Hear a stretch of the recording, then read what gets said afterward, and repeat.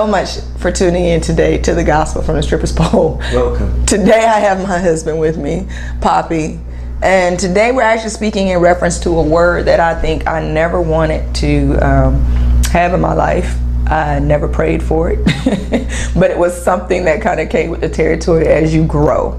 And the word was patience. Yeah, which I lacked.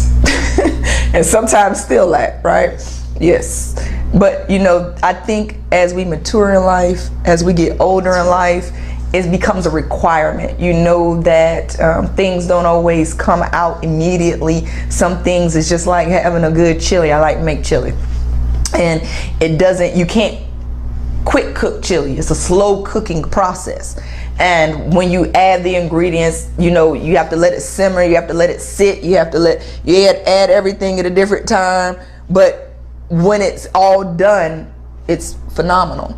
And normally it'll taste better the next day once the extra seasons soak in. As you always say, it tastes better the next day.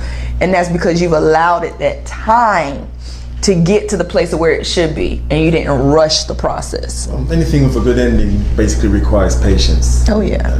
You learn that as you go along. And one of the things that we recognize in our Bible study, because our Bible study contains a lot of younger adults, and one of the things that I noticed is that whenever there was a problem or a question that came up, the way the youngsters would deal with it, the immediate reaction was just that. They react. Instead of letting things play out, they reacted to every situation, every scenario. And in that case, it just went from bad to worse. I've learned along the way, because I did the same thing myself, but I learned along the way, take your time, get you right, dust off, and just keep it going, and let the Lord do the rest for you. I like what you said about letting it play out. Yes. You know, you know, I always do analogies. I'm really bad about that. I got an analogy for everything.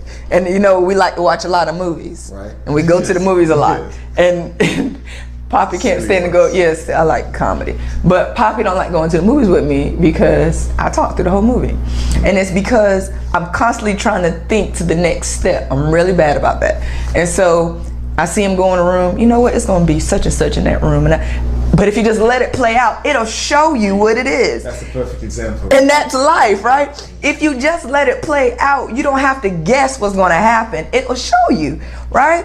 When you go to Isaiah 40:31, very popular scripture. Matter of fact, I think I did when we were talking about waiting. You know, I did a segment on waiting, and we were talking about, but they that wait